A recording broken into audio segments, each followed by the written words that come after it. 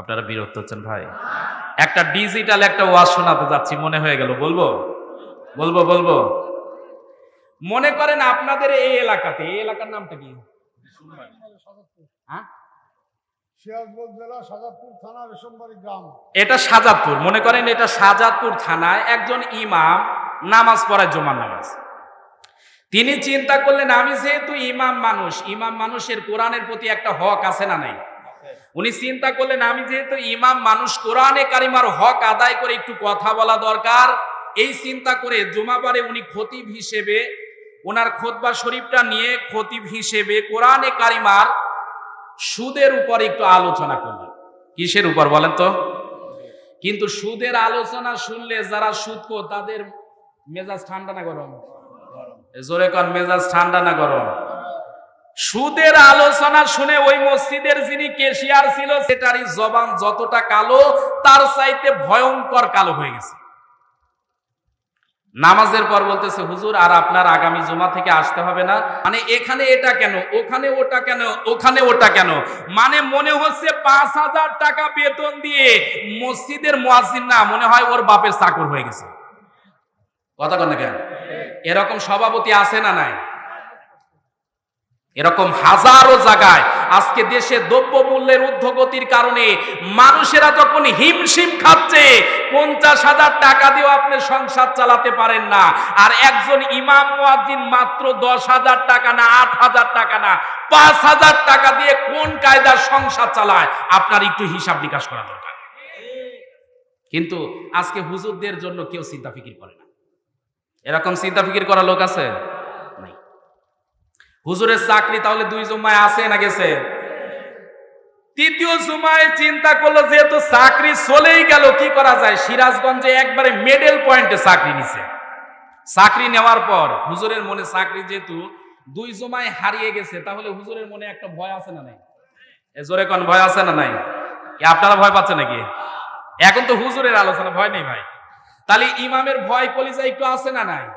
উনি জুমাবারে গিয়ে আলোচনা বাদ দিয়ে মুসাল্লায় বসে খুতবা শরীফ দেখে আর ঘড়ির দিকে তাকায়, বারবার ঘড়ির দিকে তাকায় আর খুতবা পড়ে। এক সময় যখন 1:15 হয়ে গেল, এমন সময় মুয়াজ্জিন সাহেবদেরকে উদ্দেশ্য করে, সকল মুসল্লিদেরকে উদ্দেশ্য করে বললেন, যারা সুন্নত পড়েননি মেহেরবানি করে পড়ে নেন। তার মানে মুসল্লিরা সুন্নত নামাজ আদায় করে নেন।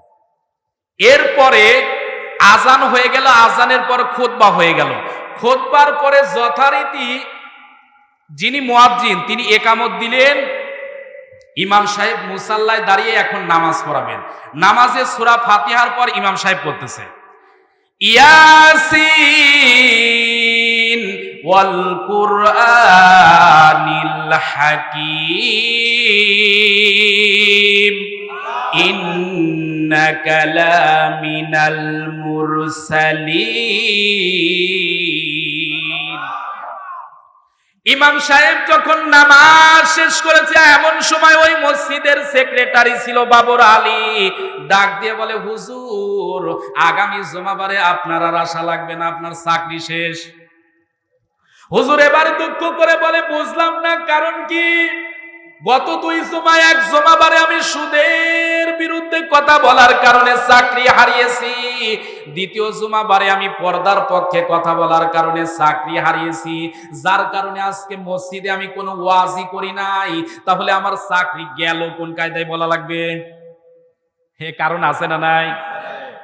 সেক্রেটারি বাবর বলতেছে, হুজুর তাহলে শোনেন, আমি মসজিদের সেক্রেটারি, আর এই মসজিদের 2টা গুরুত্বপূর্ণ পদে 2 জন বসে আছে। একজন হলো ইয়াসিন আর একজন হলো হাকিম। এই 2 জনই আমার জাত শত্রু।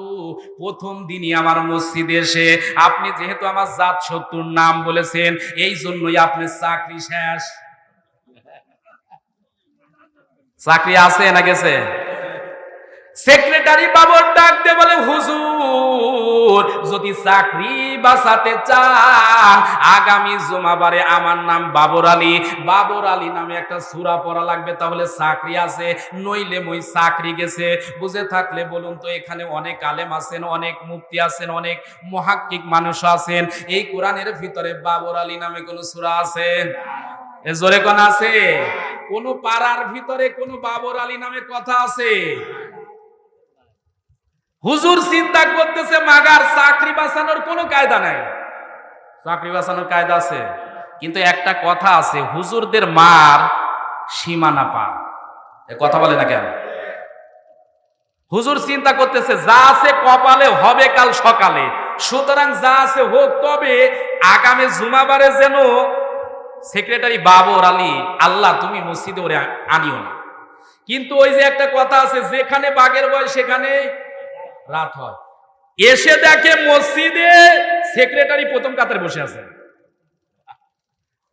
ঢুকেই হুজুরকে সতর্ক করতেছে, হুজুর মনে আছে তো আজকে বাবর আলী নামে সূরা হবে, না হলে চাকরি।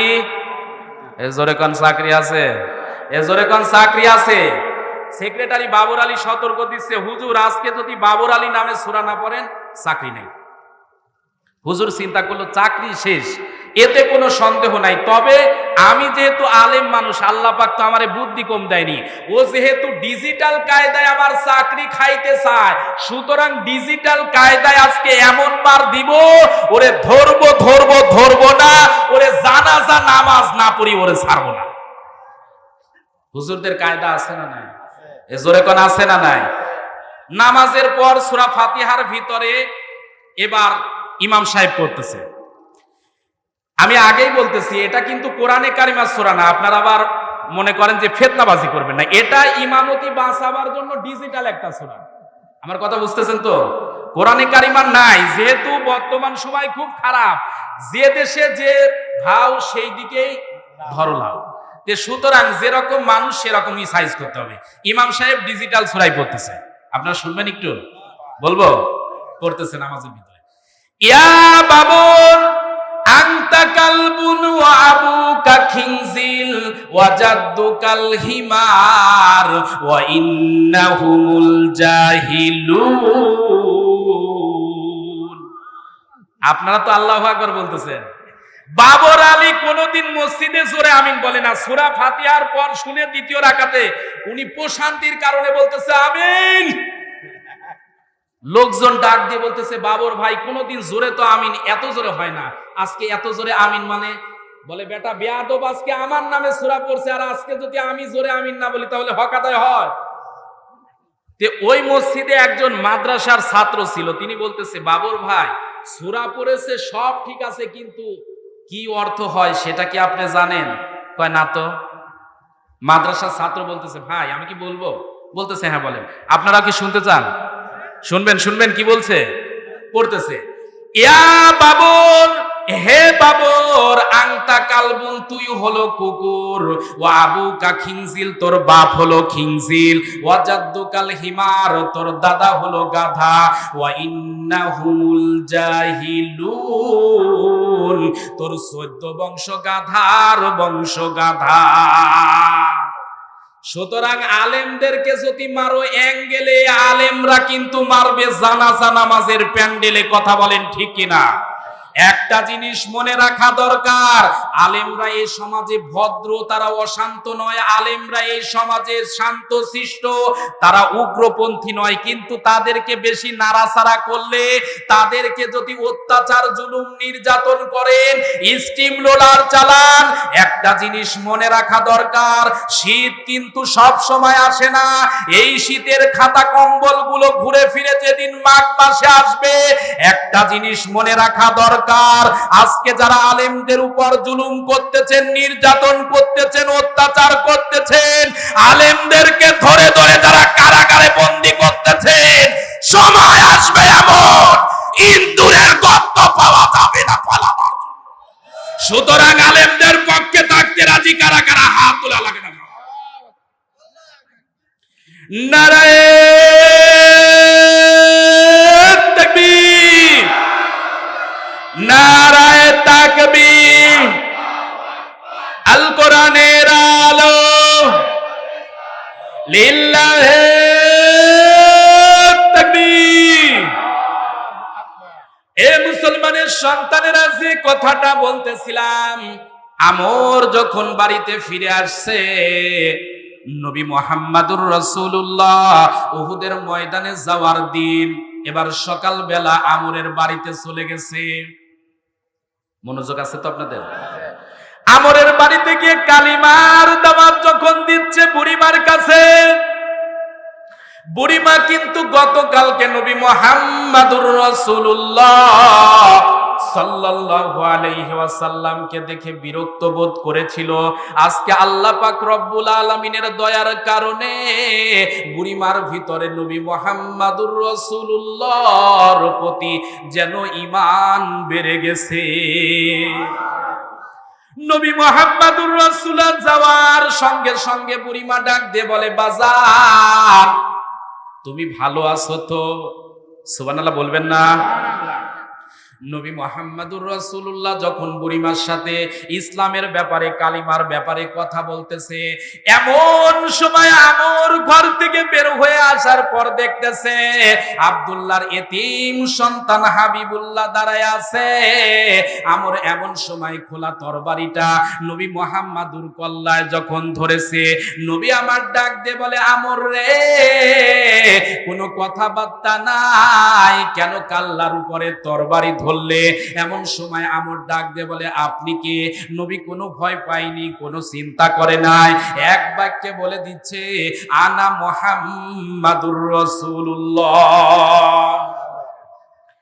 এ মুসলমানের সন্তানেরা এমন সময় আমর ডাক দিয়ে বলে, আব্দুল্লাহর এতিম সন্তান মুহাম্মদ গো, আপনার কলিজার ভিতরে কিন্তু মৃত্যুর কি কোনো ভয় নাই? নবী আমার ডাক দিয়ে বললেন, আমর রে, আমার কলিজার ভিতরে মৃত্যুর ভয় নাই, কারণ আমার মৃত্যুর ফয়সালা আমার আল্লাহর হাতে। মৃত্যুর ফয়সালা কার হাতে? সব কিছুর মালিক কে? এ জোরে বলুন, মালিক কে? আমরকে ডাকতে বলে, আমরের সকল ফয়সালার মালিক যদি আমার আল্লাহর হাতে থাকে, আমি আমার আল্লাহ ছাড়া আমি কাউকে ভয় পাই না। আমর ডাক দিয়ে বলতেছে, রাসূল গো, এই মুহূর্তে আমি আপনার কাল্লা কেটে ফেলতে চাই, কারণ আবু সুফিয়ান ঘোষণা দিয়েছে, আপনার কাল্লা কেটে যদি আমি আবু সুফিয়ানের দারুণ্য দোয়ায় পৌঁছাতে পারি, ৭০টা ঘোড়া, লাল ঘোড়া আমারে পুরস্কার দিবে। এই জন্য আমি আপনার কাল্লা কাটতে চাই। বলেন তো, যে মানুষটা নবীর কাল্লা কাটতে চায়, এই মানুষটার ভিতরে কোনো বিবেক আছে? এজোরে কোন আছে? নবীর কাল্লা কোনো মানুষ কাটতে পারে? নবী আমার এমন সময় ডাকতে বলে, আমর রে, তোমার ভিতরে ঈমান না থাকতে পারে, বিবেক আছে রে আমর। আমি বলি, তুমি যদি বৈধ মায়ের সন্তান হও, কোনদিন নবী হত্যা করতে পারো না।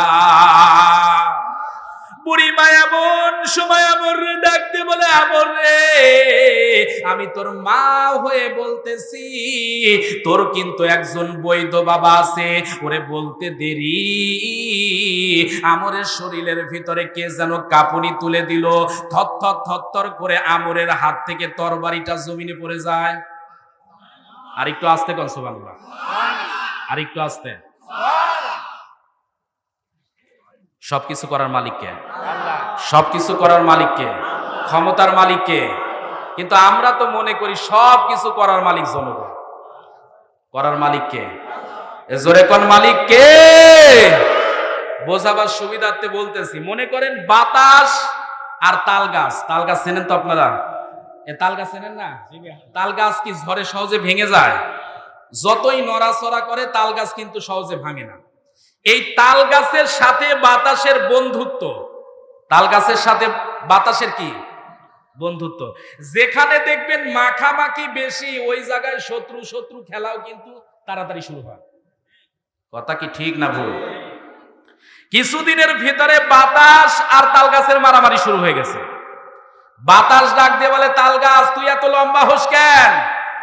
বলে, আমি আকাশ থেকে ছায়া পাই, আসমান থেকে সূর্যের আলো পাই, নিচে থেকে বিভিন্ন পুষ্টি পাই, বিভিন্ন আল্লাহর দেওয়া অনুগ্রহ পাই, যার জন্য আমি লম্বা হই। পুষ্টি পাওয়ার কারণে আমি আকাশের ভিতরে ছড়িয়ে ছিটিয়ে থাকি। আমি যতই লম্বা হই না কেন, এটা আমার ব্যক্তিগত ব্যাপার, তোর এখানে কোনো হাত দেওয়ার কোনো অধিকার নেই। কোনো অধিকার আছে? বাতাস বলতেছে দেখ বাড়া ভালো, কিন্তু এত বাড়া ভালো না, তুই যদি বেশি লম্বা হোস এমন সিডর তুলবো, এমন ঝড় তুলবো, মাগার থাকতে পারবি না। তাল গাছ বলতেছে যতই বাহাদুরি করিস, ঝড় তুলিস, সিডর তুলিস, আয়লা বলিস, নার্গিস বলিস, আর যাই বলিস না কেন, মাগার তুই তুফান তুলে সারা দুনিয়া শেষ হয়ে যেতে পারে, মাগার আমি তাল গাছ যেখানে ছিলাম সেখানেই থাকবো। এ বুঝে থাকলে বলুন তো, যতই ঝড় তুফান হোক তাল গাছ সহজে ভাঙে? এ কথা কন না কে রে ভাই? সহজে ভাঙে? ভাঙে না। এ মুসলমানের সন্তানেরা বোঝাবার জন্য বলতেছি, হঠাৎ করে বাতাসের ভিতরে যখন দারুণ শক্তি এসে গেল, সিডর যখন শুরু হয়ে গেছে, বাতাসের কারণে তাল গাছ একবার ডানে, একবার বামে, একবার পিছনে, একবার সামনে, বিভিন্ন দিকে দোলে, কিন্তু তাল গাছ সহজে ভাঙে না। যতই তাল গাছ ভাঙে না, বাতাসের রাগ যেন বেড়ে যায়, আরো বিকট আওয়াজে, বিকট শক্তি নিয়ে তাল গাছকে ভাঙার জন্য প্রতিযোগিতায় নেমেছে বাতাস। কিন্তু মুহূর্তের ভিতরে দেখা গেল, এ মুসলমানের সন্তানেরা কথাগুলো একটু শুনবেন। এই পৃথিবীর জমিনে আলেম কিন্তু তিন ধরনের পাওয়া যায়। আমি বলি আমার ভাষায়, আলেম আছে বর্তমানেও তিন ধরনের। এক হলো সরকারি, এক হলো দরকারি, আর এক হলো তরকারি। কয় ধরন ভাই? একটু বুঝে শুনে কথা বলেন। এক হলো সরকারি, 2 নাম্বার তরকারি, 3 নাম্বার দরকারি। এখন বলতে পারেন সরকারি আলেম কোনগুলো? ওরে এমন কিছু আলেম আছে দেখবেন সরকারি ও রাষ্ট্রীয় পৃষ্ঠপোষকতায় লালিত পালিত। ওরে যখন যে দল ক্ষমতায়, ওই দলের কাছে দেখবেন নেজ নাড়ায় আর বলবে হুজুর আপনি যা করবেন সব ঠিক। কথা কর না কেন? মানে ও কোরআন হাদিসের ফতোয়া দেখে না, ইসলামও বোঝে না, ইসলাম মানতেও চায় না। যে দল যখন ক্ষমতায়, ওই দলের কাছে তখন নেজ নাড়ায়। এরকম হুজুর আছে না নাই? ওরে পরিস্থিতি খারাপ দেখে এখন বলে না আমি হক কথা বলবো না। ওরে হক কথা বললে মামু বাড়ি যাওয়া লাগবে। আর পরিস্থিতি যখন ভালো হবে তখন দেখবেন এমন নাচানাচি শুরু করবে, মনে হবে ও সারার ময়দানে কোনো হুজুরই নাই। এ কথা কন না কেন ভাই? এরকম হুজুর আছে না নাই? আর কাছে তরকারি হুজুর। তরকারি হুজুর বোঝেন তো? সারা জীবন শুধু দেখবেন আসমানের উপরের ওয়াজ আর জমিনের নিচের ওয়াজ। আমার কথা রাগ করবেন না, একটু বোঝেন। এই কোরআনের ভিতরে কবরের ওয়াজ আছে না নাই? সবাই একটু বুঝে শুনে কর। হাসরের ওয়াজ, মিজানের ওয়াজ, ফুলসিরাতের ওয়াজ, তাবলিকের ওয়াজ, জিহাদের ওয়াজ, তার মানে সকল বিষয় ওয়াজ আছে না নাই? কিছু মানুষ আছে সারা জীবন শুধু, কথাটা রাজনৈতিক পাল্লায়ও না, মন খারাপের জন্য না। আপনি যদি ইমানদার হন, সূরা ফাতিহার শুরু থেকে একেবারে সূরা নাসের সিন পর্যন্ত সকল আয়াতের উপর যদি কথা নাও বলতে পারেন, একজন আলেম হয়ে যুগ উপযোগী যে সময় যে পরামর্শ দেওয়া দরকার, জাতি যে সময় যে বিপদগ্রস্ত, একজন হকপন্থী আলেম সেভাবে কথা বলা দরকার আছে না নাই? কিন্তু কিছু হুজুর তরকারি মার্কা হুজুর আছে, ওরে দেশে যা হয় হোক, ও দেখবেন আসমানের উপরের ওয়াজ আর জমিনের নিচের ওয়াজ, মাঝখানের কোনো ওয়াজ হুজুর করেন না। কথা কন না কেন ভাই? যদি হুজুরে বলবেন যে বাবজান একটু বর্তমান পরিস্থিতি নিয়ে কোরআন হাদিসের কথা বলেন, আমরা একটু শুনি, বলবেন না বাবা যুগ জামানা ভালো না, কাউকে কিছু বলবো না, বললে বিপদ ছাড়া আর কিছু জুটবে না। কথা কন, এরকম হুজুর আছে না নাই? কিন্তু যারা হকপন্থী আলেম, যতই জুলুম আসুক, যতই নির্যাতন আসুক না কেন, সকল অবস্থায় কোরআনের হক কথা যারা বলে, এই সকল আলেম হচ্ছে দরকারি আলেম। এরকম আলেম আজও আছে না নাই? এ জোরে কোন আছে না নাই? এ মুসলমানের সন্তানেরা একজন হকপন্থী আলেমের বক্তব্য নকল করে শোনাচ্ছি। তিনি বলেছেন হকপন্থী আলেম যদি দেখতে চাও 3 জায়গায় অনুসন্ধান করো, তাহলেও হকপন্থী আলেম পাবে। 1 নাম্বার, হকপন্থী আলেম দেখতে চাইলে খোঁজ করো কবরে। কোন জায়গায়? হকপন্থী আলেম যদি খোঁজ করতে চাও কবরের, কারণ অনেক হকপন্থী যারা ছিল অধিকাংশ আলেম মারা গেছে। 2 নাম্বার, হকপন্থী আলেম যদি খোঁজ করতে চাও, আজকে তাকায়া দেখো নির্দোষ মানুষগুলো ওরে বন্দিশালায় দীর্ঘদিন যাবৎ কাঁদতেছে। 3 নাম্বার, হকপন্থী আলেম যদি আপনি খুঁজতে চান, আল্লাহর নবীর সাহাবীদের ভিতর থেকে শ্রেষ্ঠ মানুষগুলো বলেছেন, হকপন্থী আলেম যদি খুঁজতে চাও তাহলে দেখবেন মাঠে ময়দানে যারা কোরআনে কারিমার হক কথাগুলো বলতেছে, নিঃসন্দেহে এই মানুষগুলো হকপন্থী আলেম। আল্লাহর নবীর সাহাবী হযরতে ওমর ফারুক নবীকে ডাক দিয়ে বলে, নবী গো, মনটা কেন খারাপ? নবী বললেন, 300 জন লোক নিয়ে এক হুজুর ভেগে গেছে। তাহলে মুসলমানদের অবস্থা এখন ভালো না খারাপ? মুসলমানদের অবস্থা একটু হলেও খারাপ। নবী আমার এমন সময় ডাক দিয়ে বলে, সাহাবীরা রে, এমন কোন যুবক, এমন কোন গোষ্ঠী, এমন কোন মানুষ আছে নাকি যে মানুষটা কালিমাওয়ালা হয়ে গেলে ইসলামের শক্তি বৃদ্ধি হবে, ইসলামের সুশীতল ছায়াতলে মানুষেরা আসলে কালিমার দাওয়াত দেওয়া সহজ হবে, এমন কোন মানুষ আছে নাকি? আল্লাহর রাসূলের প্রিয় সাহাবী হযরতে তালহা রাদিয়াল্লাহু তাআলা আনহু ডাক দিয়ে বলে, নবী গো, মদিনার বুকে এমন একটা মানুষ আছে যে মানুষটার বাহুর ভিতরে আল্লাহ পাক এত শক্তি দিয়েছে, ওই মানুষটাকে মানুষেরা টাকা দিয়ে পয়সা দিয়ে ভাড়া করে নিয়ে যায়, আর ওই মানুষটা যে দলের পক্ষে যায় ওই দলটাই সাধারণত দেখি বিজয়ী হয়ে যায়। এরে যুবক মুসলমানের সন্তানেরা, একটু গভীর মনোযোগ দিয়ে কথাগুলো শোনো। আল্লাহর নবী যখন দাওয়াতি তাবলীগ কাজ করার জন্য সামনের দিকে আগায়, হযরতে ওমর ফারুক রাদিয়াল্লাহু তাআলা আনহু ডাক দিয়ে বলে, নবী গো, আপনি যাবেন না? যাবেন না? ওই যুবকের লোকেশন সম্পর্কে জানি, ওর নাম হচ্ছে আমর ইবনে সাবেত। আপনার বাড়ি থেকে 9 মাইল দূরে ওই বাড়িটার অবস্থান। ওই মানুষটা ধর্মের দিক দিয়ে ইহুদি, ওর একটা পরিচয় আছে, ওর মাথাটা সব সময় আমার চাইতে বেশি গরম থাকে। কিছু মানুষের মাথা ঠান্ডা, আর কিছু মানুষের মাথা দেখবেন সব সময় গরম। কথা কোন এরকম আছে না নাই? কিছু মানুষ আছে দেখবেন মুখে কথা বলে কম, হাত চালায় বেশি। এরকম আছে না নাই? মানে নেতাকে বলতেছে, নেতা আপনি টেনশন করবেন না, অনুমতি দিবেন, ওরে মেরে একেবারে সাফা মারোয়া বানিয়ে দিব। এরকম আছে না নাই?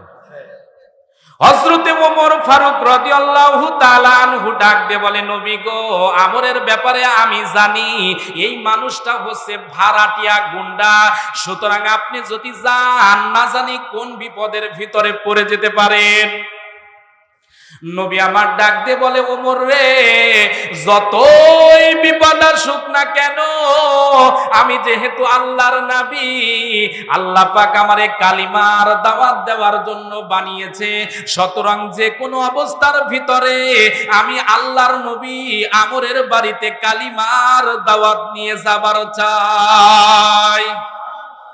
আল্লাহ রাব্বুল আলামিন বলেন, ইয়া আইয়ুহার রাসূল বাল্লিগ মা উনসিলা ইলাইকা মির রাব্বিক ওয়া ইল্লাম তাফআল ফামা বাল্লাগতা রিসালাতাহু ওয়াল্লাহু ইয়াসিমুকা মিনান নাস।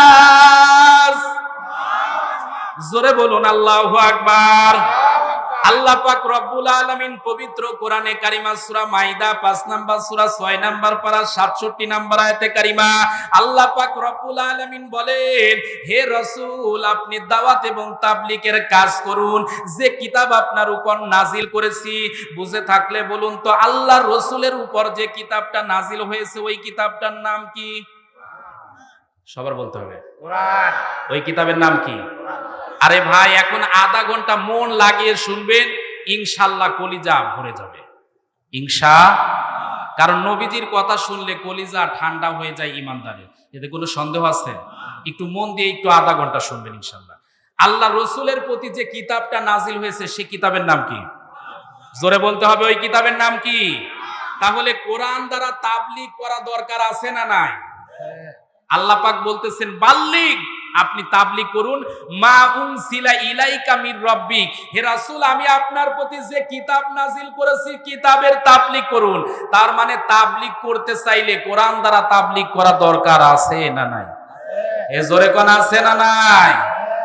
এ মুসলমানের সন্তানেরা, তবে দুঃখজনক হলেও সত্য, আজকে কোরআন দ্বারা তাবলীগ করলেই দেখবেন সেখানেই বড় ঝামেলা। আজকে স্বামীর তাবলীগ করলে কোনো সমস্যা নাই, ওরে দাদার তাবলীগ করলে কোনো অসুবিধা নাই, ওরে বাবার তাবলীগ করলেও কোনো সমস্যা দেখা যায় না। কিন্তু কোরআনে কারিমার যখন হক তাবলীগ করা হয় ওখানেই দেখবেন জালেমদের বাধা।